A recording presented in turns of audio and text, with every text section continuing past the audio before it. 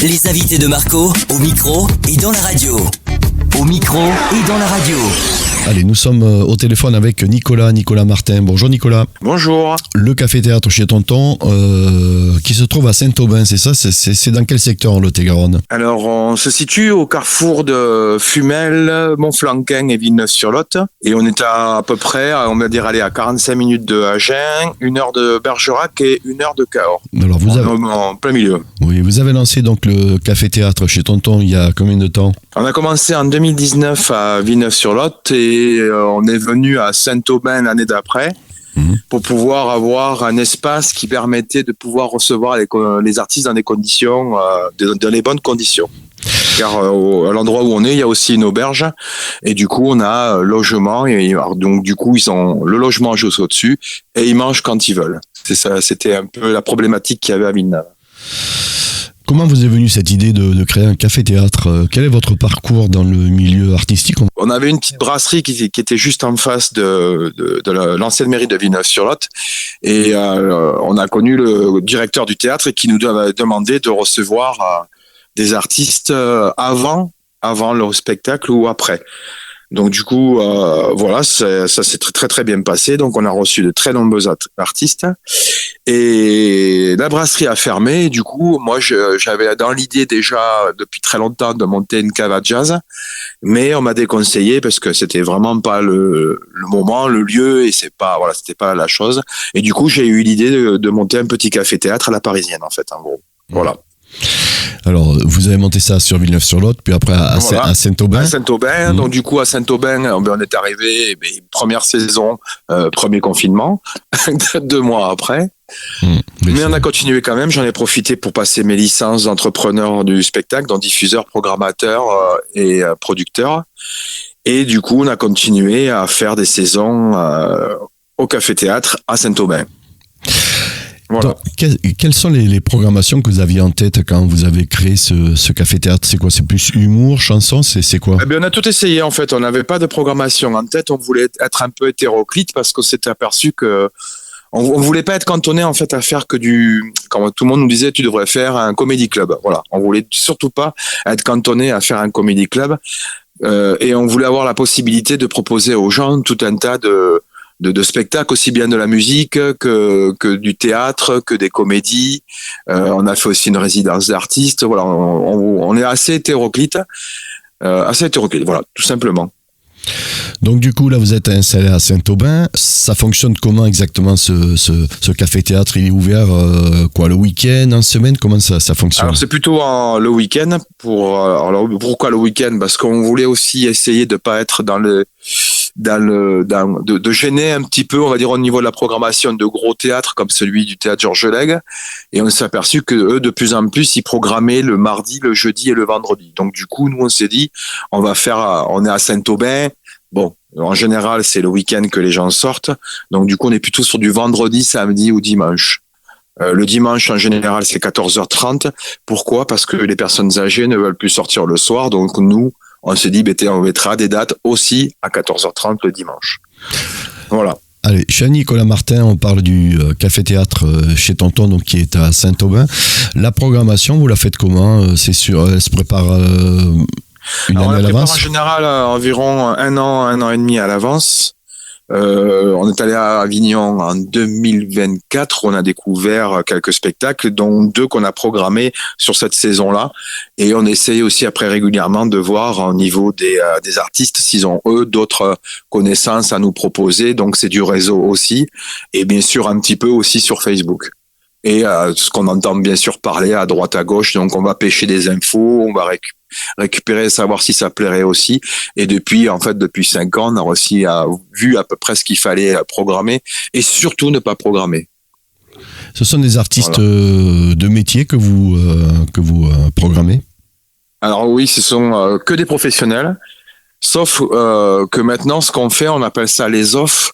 On fait de la programmation en dehors de notre programmation officielle, où on programme, par exemple, la semaine dernière, on a programmé pour la première fois un comedy club à Saint-Aubin avec 2 petits jeunes de Sainte-Livrade.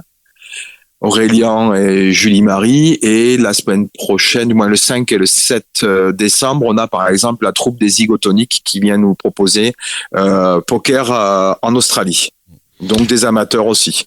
On fait et des professionnels pour la saison officielle et les amateurs quand on peut en externe, en off, ce qu'on appelle nous en off, comme Avignon d'ailleurs. Voilà.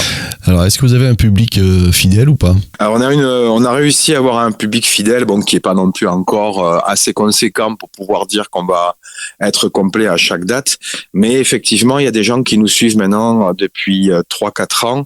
Ou par contre, voilà, il faut quand même faire de l'information régulièrement, c'est-à-dire que nous, on fait beaucoup de com, on fait de la pub radio, on envoie des SMS, on fait des mails, on essaye en fait de communiquer au maximum parce qu'on s'est aperçu que dans ce métier-là, la communication, c'est à peu près 70% de votre temps. Si vous faites pas la com, eh ben, ça marche beaucoup moins.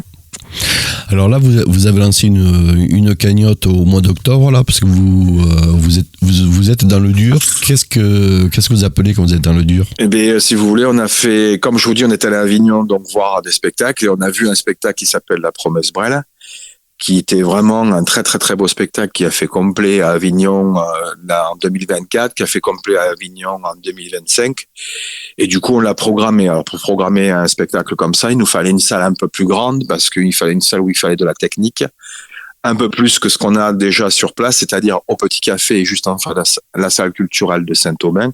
Donc, du coup, on s'est accaparé, on va dire, pour la soirée, la salle de Fumel, mais le centre culturel de Fumel.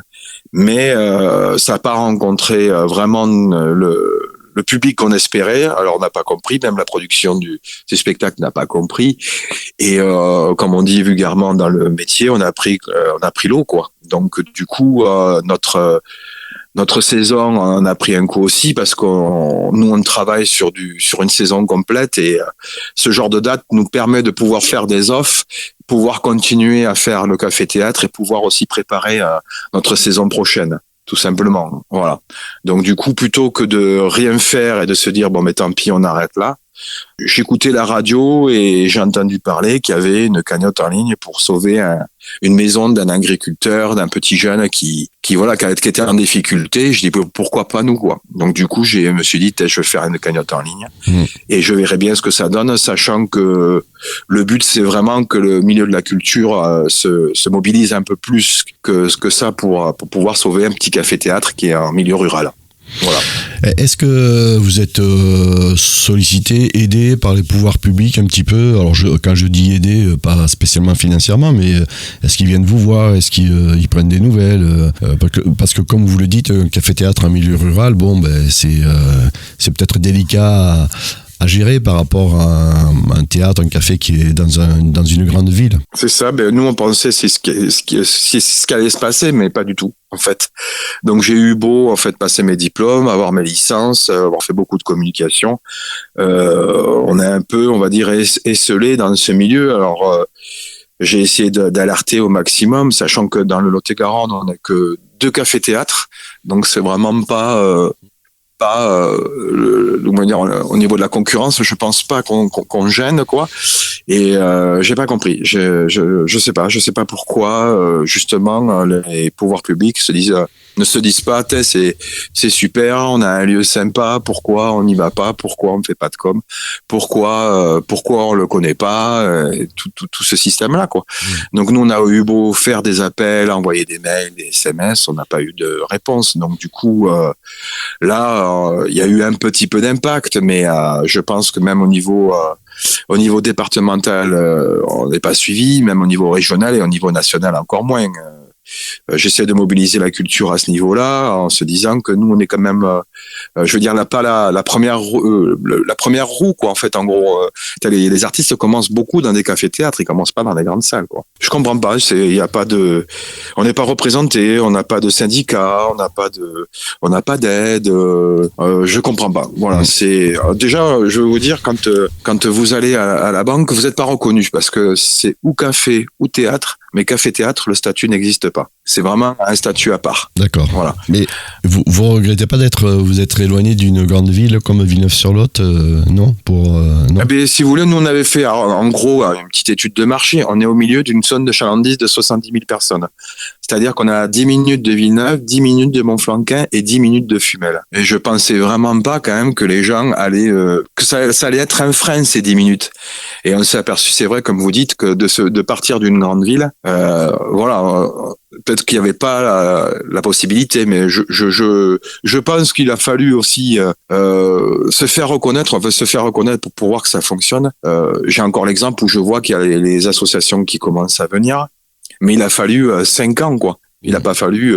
bon, après, on a eu tout aussi, hein, le Covid, la guerre, le machin. On a eu des épreuves quand même assez conséquentes pour sortir la tête de l'eau. Et on y a réussi. Mais voilà, c'est cette petite épine, ce que j'appellerais une épine dans le pied de ce spectacle qui n'a pas marché, qui est pas compréhensible, alors je veux pas dire la petite goutte qui a fait déborder le vase, mais c'est ce qui nous a mis un pas en bonne posture pour pouvoir continuer. Donc là maintenant la cagnotte elle a démarré, elle fonctionne, pas assez mais elle fonctionne quand même.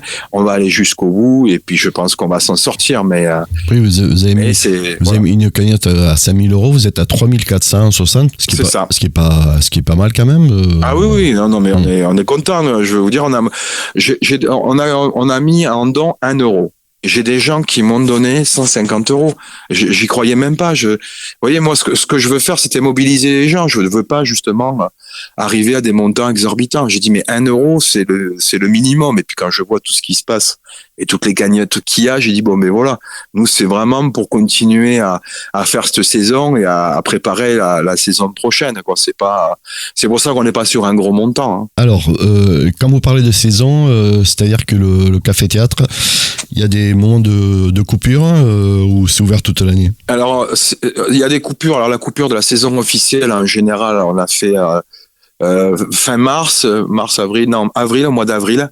On fait rien en mai parce qu'il y a trop de ponts. Puis juin, c'est pareil, il y a la fête de la musique. Mais après, l'été, on fait petit peu de programmation musicale. Et on avait dans l'idée de pouvoir faire une programmation d'été. On a fait un essai avec Ben Burch il y a 2 ans, un été, et ça n'a pas du tout marché. Voilà. On a programmé un artiste pendant tout l'été, 1 fois par semaine, mais c'est vraiment pas le créneau pour le théâtre. Voilà. Sachant qu'on a quand même une salle climatisée, hein. De combien de places? On a une petite salle, on a un petit café-théâtre de 60 places. Vos prochains spectacles Alors, dans les officiels, on sera au mois de janvier avec une demoiselle qui est Fanny. Et après, là, le 5 et voilà, avec Fanfan. Donc, une artiste, un one-woman show, mais que vont dire les voisins. Donc, c'est le samedi 24 janvier à 21h30 et le dimanche, on a mis le dimanche aussi, à 14h30. Et là, on a programmé un off. C'est une pièce de théâtre des Zygotoniques, Poker en Australie. C'est le 5 décembre et le 7 décembre. Voilà. Alors, comment ça se passe? Il y a des réservations Alors, au départ, on était réservation sur... alors, on a Facebook, on a la page du Café Théâtre sur Facebook, la page de l'Auberge. Et après, en général, c'est sur Billet Web. Pour les offres, on fait par téléphone parce que on ne sait pas placer. Mais après, tout ce qui est spectacle dans l'officiel, en général, on passe par une plateforme de réservation qui s'appelle Billet Web. Parce que on a eu beaucoup de problèmes avec des gens qui réservaient, en fait, et qui venaient pas par téléphone, hein. Voilà. Donc, il y a eu des années où j'avais des spectacles, je refusais entre 10 et 15 personnes. Et j'avais entre 10 et 15 personnes qui venaient pas. Donc, sur une grande salle, c'est pas trop dommageable, nous, au niveau économique, mais sur le petit café de 60 places, voilà, c'était pas viable. Alors, on n'aime pas trop. C'est sûr que la plupart de notre clientèle, ils aiment pas trop réserver par Internet, mais on n'a pas le choix. On n'a plus le choix. Voilà. Ou sinon par téléphone. Alors ce qu'on fait par téléphone, on le fait en direct avec les gens avec la carte bleue. Ou sinon il y a des gens qui viennent directement chercher leur place au Café Théâtre à Saint-Aubin. Ok, Saint-Aubin. Donc avant de conclure, pour avoir toutes les informations, on peut aller sur. Vous avez un site ou une page Facebook Alors la page Facebook, c'est le Café Théâtre chez Tonton. Voilà. Alors c'est bien Saint-Aubin. Voilà. Après là, vous avez toute la programmation. Sinon, il y a l'Auberge Café Théâtre chez Tonton, une autre page. Et après, il y a mon nom, Nicolas Martin. Normalement, s'il y en a qui cherchent, ils vont trouver Nicolas Martin sur Facebook. Avec Café chez Tonton, ils vont trouver, il n'y a pas de souci. Est-ce que vous restez optimiste malgré tout ? Oui, parce que j'ai du soutien. Les choses commencent à bouger. J'ai la Comcom qui est venue me voir. J'attends un prochain rendez-vous avec les offices du tourisme. J'ai eu un soutien du père de Big Flo et lui, de Gilles Alma, d'artistes quand même qui ont. Gilles Alma, ça a été immédiat. Je lui ai fait la demande dans la foulée. J'avais une vidéo de Gilles Alma de soutien. J'ai Monsieur Lepers qui, pareil, n'a pas hésité à faire un don à la cagnotte. Vous voyez, ça commence à bouger. Ce qui me chagrine un tout petit peu, c'est qu'il faut en arriver là pour arriver à faire bouger les choses alors que tout se passait bien, quoi. Mais c'est comme ça. Avec une conjoncture qui est un peu difficile, où on ne sait pas comment ça va se passer, on continue notre route et on continue à chercher des spectacles pour que les gens puissent sortir. Et on a de la demande de toute manière, hein. Après, il faut bien cibler, quoi. Voilà. L'humour. Voilà ce qu'on nous demande. Donc vous avez déjà un petit peu sondé un petit peu la clientèle, savoir quel de spectacle, oui. C'est ça. Oui. C'est ça, exactement. Après, quand on fait des choses un peu particulières, c'est quand on fait des offres où nous, par contre, là, c'est nous qui prenons les risques, mais on le fait seulement si la saison officielle a bien fonctionné, quoi. Ça veut dire que le modèle économique, c'est plus on gagne sur des grosses dates et plus on a la possibilité après de pouvoir proposer autre chose que de l'humour ou des concerts, vous voyez, peut-être tout un tas de choses, quoi. Mais d'abord, il faut vraiment, comme vous dites, bien cibler notre clientèle et leur donner ce qu'ils demandent, tout simplement. Eh bien, on va vous remercier, Nicolas Martin. Donc, le café théâtre à Saint-Aubin chez Tonton. Je rappelle, la cagnotte, il reste, je crois, d'après ce que j'ai vu, 5 jours, c'est ça, pour vous aider. Et on va juste rappeler où vous trouvez votre adresse postale à Saint-Aubin, le café théâtre. C'est 63 rue de l'École, à Saint-Aubin, 47 150. Alors, vous avez raison de le rappeler, parce que des Saint-Aubin, il y en a plein en France. C'est ça, oui. Et j'ai des gens qui m'appellent et qui me disent « Ah oui, mais c'est à côté de ça ». J'ai dit « Non, madame, non, pas du tout. C'est en Lot-et-Garonne. » C'est bien Lot-et-Garonne, oui, c'est ça. Voilà. On est bien dans un milieu rural, c'est bien ça. Merci à vous d'être passé au micro de Radio Cool Direct. Merci. Merci beaucoup. Les invités de Marco, au micro et dans la radio.